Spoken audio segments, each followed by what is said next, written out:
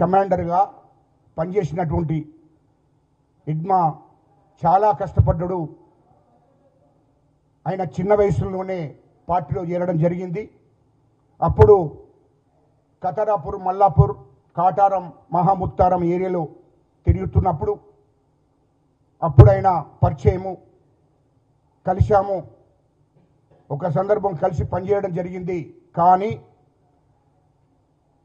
ఆయన ఆదివాసి బిడ్డ కాబట్టి చంపారు. ఆయన అంటే భయము. ఇయల్లో కేంద్ర ప్రభుత్వము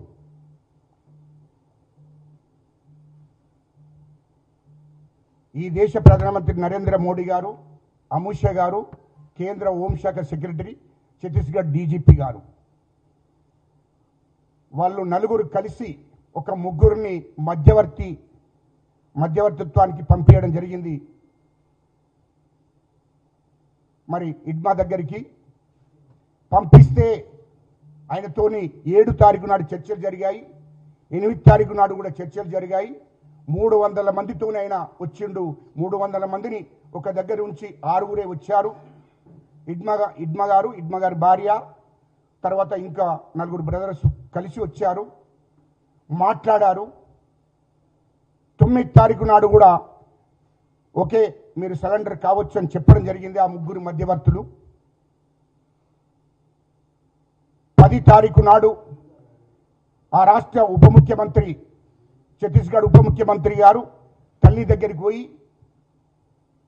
మాట్లాడినప్పుడు, ఆమెతో కలిసి భోజనం చేసినప్పుడు కూడా ఇడ్మా అదే రోజు ఇడ్మాను సైన్యం పట్టుకున్నది. పోలీసు వాళ్ళు కాదు, సిఆర్పి వాళ్ళు కూడా కాదు, బార్డర్లో ఉన్న సైన్యము చుట్టుముట్టింది. ఇక్కడ వాళ్ళ తల్లిని గలవడం, మాట్లాడడం, భోజనం చేసి వచ్చిన గంటకే బయటికి ఆ రాష్ట్ర ఉప ముఖ్యమంత్రి, ఛత్తీస్గఢ్ ఉప ముఖ్యమంత్రి గారు మాట్లాడి బయటికి వెళ్ళడం గంట వ్యవధిలోనే ఈయనను మొత్తం అక్కడ ఉన్నటువంటి బార్డర్లో ఉన్నటువంటి సైన్యం చుట్టుముట్టింది. అప్పుడు చుట్టుముట్టిన తర్వాత సిఆర్పి దళాలు వచ్చాయి.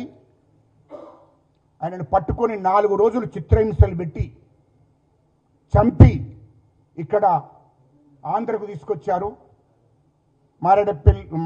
మారేడుమిల్లి అడవిలో ఆయనను చంపి పడేశారు. ఇది వాస్తవం, ఇది కరెక్ట్ కాదు. నేను అట్లాని వాళ్లకు నేను మద్దతు చేస్తలేను సోదరులారా, నేను మావోయిస్టుకు మద్దతు చేయడంలే. కానీ ఇడ్మా అనే అతను భూస్వాములకు వ్యతిరేకంగా, బడాబాబులకు వ్యతిరేకంగా, ఉన్నత వర్గాలకు వ్యతిరేకంగా ఉద్యమం చేశాడు, కష్టపడ్డాడు. ఛత్తీస్గఢ్లో అక్కడి ప్రజల కోసం, ఆదివాసుల కోసం, గిరిజనుల కోసము, అణగారిన కులాల కోసం పనిచేసిండు. అయినను సరెండర్ కమ్మని వచ్చినట్టు సరెండర్ అయితానే వచ్చినటువంటి వాడిని కుతంత్రాలు చేసి ఆయనను పట్టుకొని కాల్చి చంపడం సరియైంది కాదు. ఎందుకంటే వాస్తవం నక్సలిజాన్ని రూపుమాపాలని కేంద్ర ప్రభుత్వం నిర్ణయం కావచ్చు, దాన్ని నేను తప్పుపట్టడంలే. కానీ సరెండర్ అవుతారని వచ్చినటువంటి వాళ్ళని పట్టుకొని చంపడం కరెక్ట్ కాదు అనే ఒక్క విషయంలోనే నేను మాట్లాడుతున్నా. ఎందుకంటే ఆదివాసీయుడని, ఎందుకంటే నరేంద్ర మోడీ గారికి, అమిత్ షా గారికి అడల్ భయం. ఒకవేళ ఇడ్మా గారు బయటికి వస్తే, సరెండర్ అయి బయటికి వస్తే, ఛత్తీస్గఢ్కు వెళ్ళి ఆయన అక్కడ ప్రజలను చైతన్యవంతులు చేసి ఏదొక్క రాజకీయ పార్టీలో చేరితే మా బీజేపీని ఛత్తీస్గఢ్లో ఉంచడు, భూస్థాపితం చేస్తాడు. అక్కడ రాజకీయాల్లోకి వస్తే ఆయన ఎమ్మెల్యే అవుతాడు, ఆ రాష్ట్రానికి ముఖ్యమంత్రి అవుతాడు అనే భయంతోనే ఆయనను చంపడం జరిగింది, వేరే ఉద్దేశం లేదు. అట్లాంటి వాళ్ళు ఎందుకు జనజీవన స్రవంతిలో కలవని చెప్తున్నారు? అడవులో నిడిచిపెట్టి బయటికి రమ్మని చెప్తున్నారు కదా, దాన్ని గౌరవించే కదా వాళ్ళందరూ బయటకు వచ్చింది, దాన్ని గుర్తుపెట్టుకోవాలి కదా.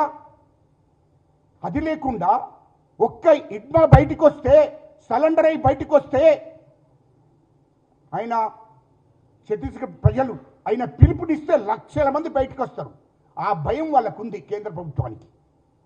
ఆ ఉద్దేశంతోనే కుట్రకుతంత్రాలు ఆయన చంపేశారు. ఇది సరైనది కాదు, ఇది సరైనది కాదు. మేము కూడా అప్పుడు 55 మందిని మేము సరెండర్ చేశాను. ఇది వాస్తవం. మేము బయటకు వచ్చినప్పుడు 55 మందిని సరెండర్ చేశామంటున్నా. ఇది వాస్తవం కాదా? మరి ఈరోజు మేము ఆ రోజు చెప్పాము, ఆనాడు విభజించాము.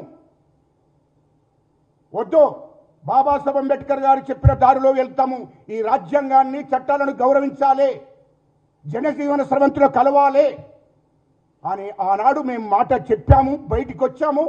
ఆంధ్ర తెలంగాణలో పార్టీ లేదు, మావోయిస్టు పార్టీ లేదు, నక్సలిస్ట్ పార్టీ లేదు, లేకుండా చేయడం జరిగింది. అందరూ కూడా వచ్చి జనజీవన స్రవంతిలో కలిశారు, అందరు రాజకీయ పార్టీలలో కలిశారు. అధికారం చేతులుంటేనే తెలంగాణ ప్రజలకు కానీ ఆంధ్ర ప్రజలకు కానీ ఎస్సీలకు ఎస్టీలకు బీసీలకు సామాజిక న్యాయం చేయొచ్చు.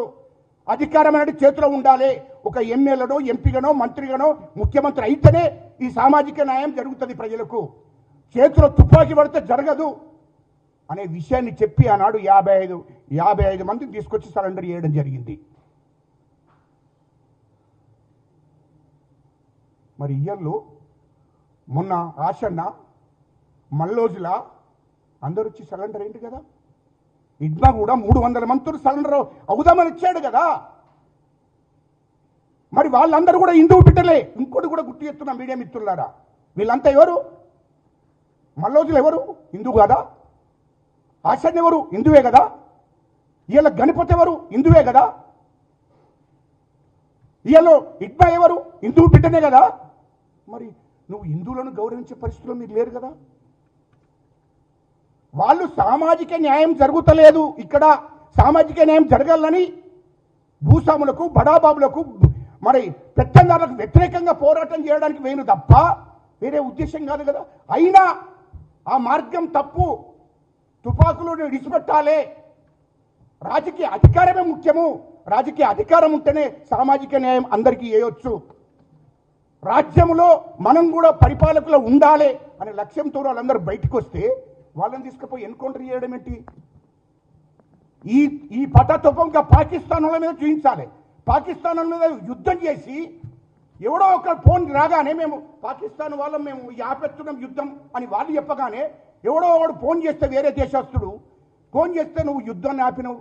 యుద్ధం చేస్తే పాకిస్తాన్ను సర్వనాశనం చేయాలి, అది చేయలేదే. మరి వేరే దేశం మన మీదకి వస్తే వాళ్ళ మీద యుద్ధం చేసి ఆ దేశాన్ని సర్వనాశనం చేయాలి.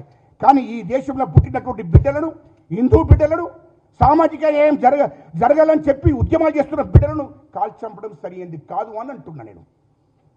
వాళ్ళందరూ బయటికి వస్తున్నారు కదా, మేము కూడా బయటికి రావాలని చెప్పాము కదా. ఎవరు?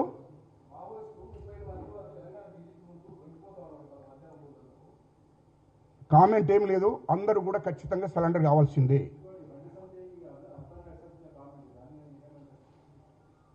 బండి సంజయ్కి అవగాహన లేదా? ఆయనకి ఏం తెలుసా ఉద్యమాల గురించి? ఉద్యమాల గురించి ఏం తెలుసు? రాజకీయాల గురించి ఏం తెలుసు?